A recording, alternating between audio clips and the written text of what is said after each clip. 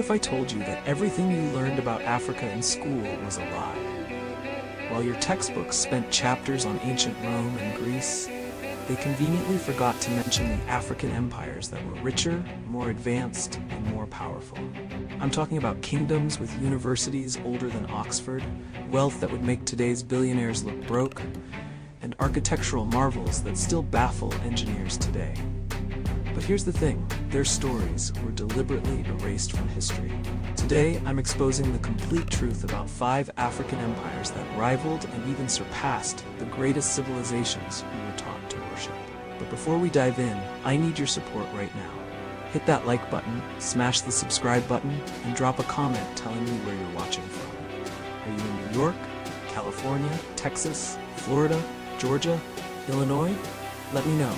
And please, watch this video all the way to the end, because the last empire I reveal will absolutely blow your mind. It's the one they tried hardest to hide. Now let's dive into the forbidden history they don't want you to know. Let's start with the empire that had so much gold, its king crashed entire economies just by being generous. I'm talking about the Mali Empire and the legendary Mansa Musa. Picture this, it's the year 1324. A man leaves West Africa on a pilgrimage to Mecca with 60,000 companions, 12,000 slaves, and 80 camels carrying 300 pounds of gold each. That's literally tons of gold. This wasn't just any man, this was Mansa Musa, the Emperor of Mali, and historians estimate his wealth at $400 billion in today's money. That makes him richer than Elon Musk, Jeff Bezos, and Bill Gates combined. Let that sink in. But here's where it gets crazy. When Mansa Musa passed through Cairo, Egypt, he was so generous with his gold that he gave away so much, he actually caused massive inflation. The price of gold in Egypt dropped by 20% and didn't recover for over a decade. One man's generosity destabilized an entire region's economy. That's the kind of wealth we're talking about. But the Mali Empire wasn't just about gold. Under Mansa Musa's rule, Mali became a center of learning and culture. He transformed Timbuktu into one of the world's greatest cities. The University of Sankore in Timbuktu had one of the largest libraries in the world, with over 1 million manuscripts. Scholars came from across Africa, the Middle East, and even Europe to study mathematics, astronomy, medicine, and law. The Mali Empire controlled the gold and salt trade routes across the Sahara Desert. They had a sophisticated government system, a professional army, and diplomatic relations with kingdoms across Africa and the Mediterranean. At its peak, the Mali Empire covered an area larger than Western Europe, including parts of modern-day Mali, Senegal, Gambia, Guinea, Nigeria, Chad, and Mauritania.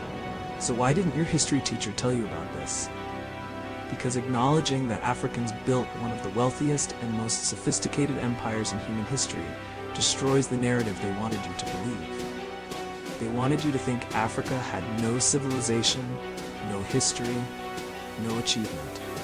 But the truth is undeniable. And if you're finding this valuable, pause right now and hit that like button. Share this video with someone who needs to see this. Comment below where you're watching from, whether it's Los Angeles, Houston, Phoenix, or anywhere else in America. Your support keeps this channel alive and helps me continue exposing the truth. Make sure you keep watching, because the next empire built structures so incredible, racists claimed aliens must have built them. Now, let's talk about an empire so advanced that when Europeans discovered it, they literally could not believe Africans built it. I'm talking about Great Zimbabwe. Between the 11th and 15th centuries, in what is now modern Zimbabwe, Africans built a city with massive stone structures without using any mortar. That's right, no cement, no adhesive, just precisely cut granite blocks fitted together so perfectly they've stood for over 1,000 years. The Great Enclosure, the largest ancient structure south of the Sahara, has walls 36 feet high and up to 17 feet thick. The engineering precision is so incredible that modern architects still study it today. But here's the part that will make your blood boil. When European colonizers found these ruins in the late 1800s, they refused to believe black Africans could have built something so magnificent. They made up wild theories claiming Phoenicians built it, or maybe the Queen of Sheba. Some even suggested aliens. anything to avoid admitting that Africans were master engineers and architects. The racist archaeologist James Theodore Bent literally said it was impossible for the indigenous people to have built it. They even hired other archaeologists to prove Great Zimbabwe was built by non-Africans. Every single one failed because the evidence was overwhelming. The archaeological record proved beyond any doubt that Great Zimbabwe was built by the ancestors of the Shona people. Great Zimbabwe wasn't just impressive architecture, it was the capital of a vast trading empire. They mined gold and traded it with merchants from China, India, Persia, and Arabia.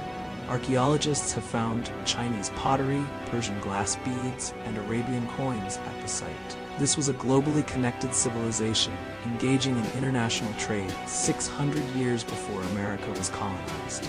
The Kingdom of Zimbabwe controlled gold and ivory trade routes throughout southeastern Africa. At its peak, over 18,000 people lived in Great Zimbabwe. They had sophisticated farming systems, cattle herding, and metalworking industries. They created intricate gold jewelry and iron tools. And here's something they definitely don't teach in American schools.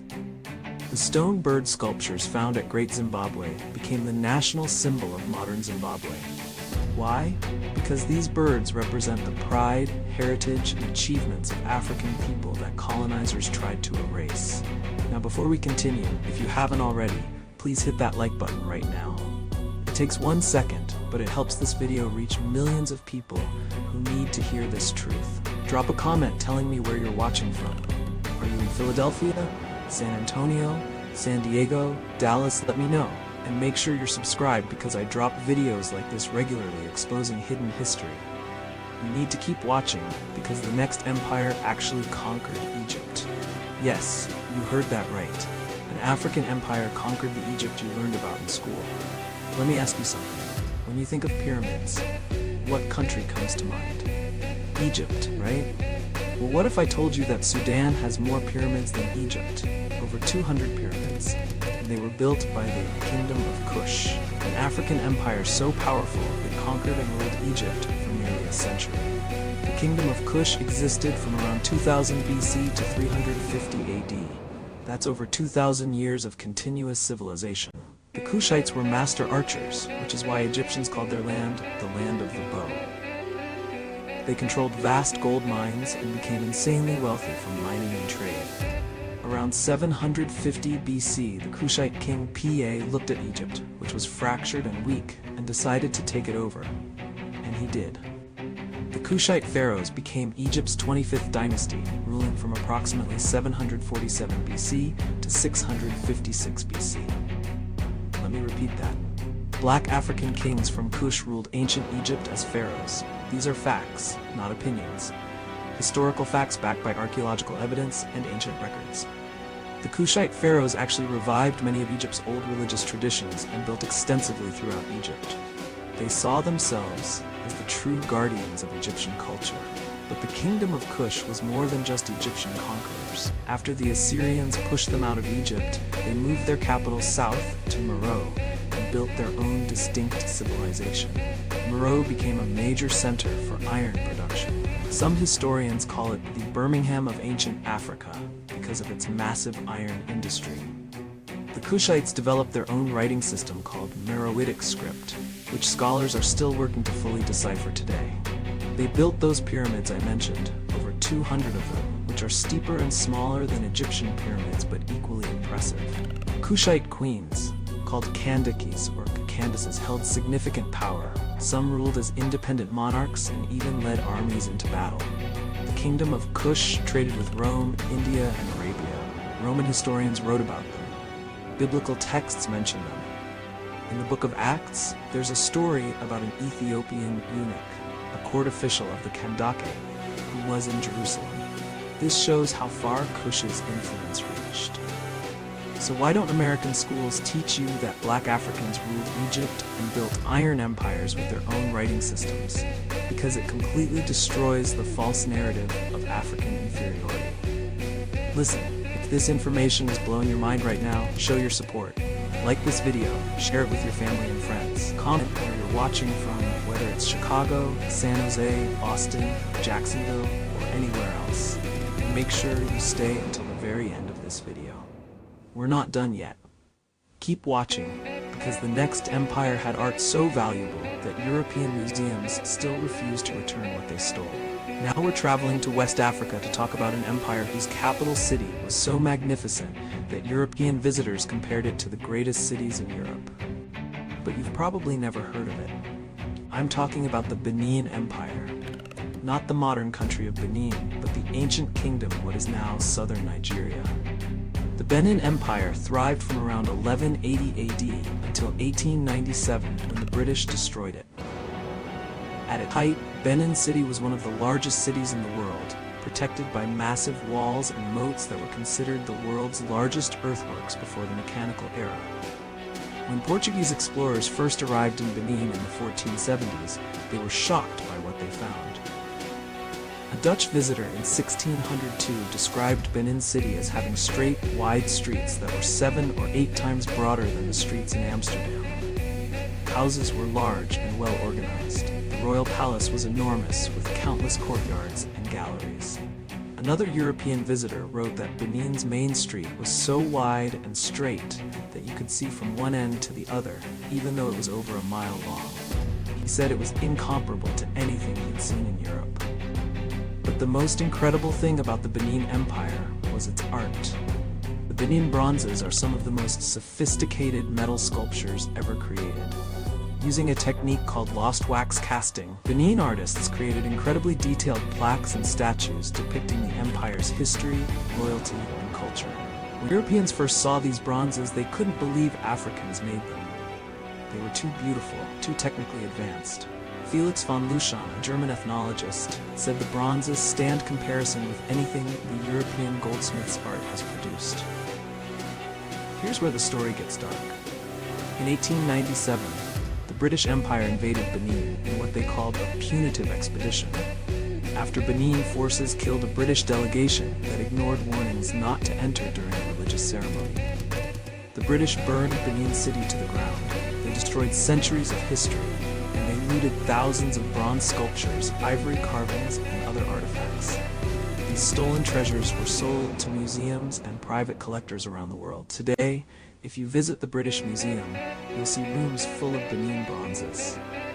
Stolen property.